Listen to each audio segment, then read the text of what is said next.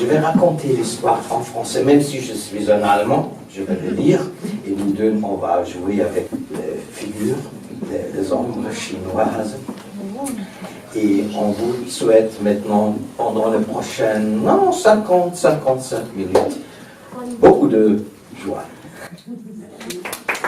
Comme le roi avait 3 fils, dès la tombée du jour, il envoya son fils aîné dans le jardin. Père, va dormir. Je fais attention aux pommes.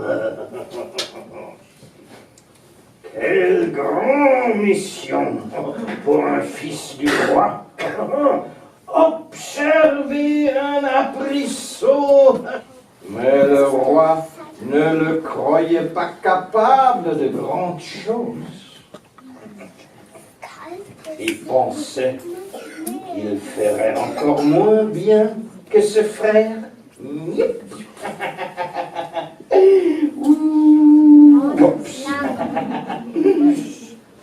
Mon père bien-aimé, laisse-moi monter la garde cette nuit. Non.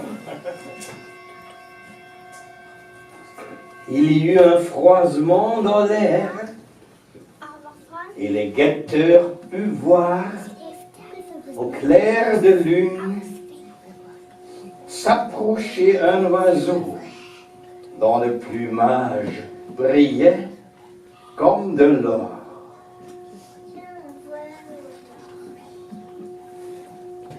L'oiseau vint se percher sur l'arbre et commença à becqueter une pomme. Quand le garçon décocha une flèche. Mais n'y entre pas, va dans l'autre. Même elle te paraîtra sombre et sinistre. Comment un animal aussi stupide pourrait-il me donner un conseil raisonnable? Se dit le fils du roi, et il appuya sur la détente. Il arriva dans le bourg des auberges et vit son frère qui chancelait de la porte, celle d'où parvenaient des cris de joie, et qui l'appelait. « Eh frérot, viens, ici, il y a le plus bon champagne et les plus jolies filles. » Il ne put résister et y entra et ne vécut que pour son plaisir. Et s'il lui arrive malheur, il ne saura pas se tirer d'affaire. Il lui manque encore l'essentiel, l'expérience, il est trop jeune. Mais finalement, oui, comme son fils ne lui laisse plus de repos, oui. Le père le laissa partir, oui.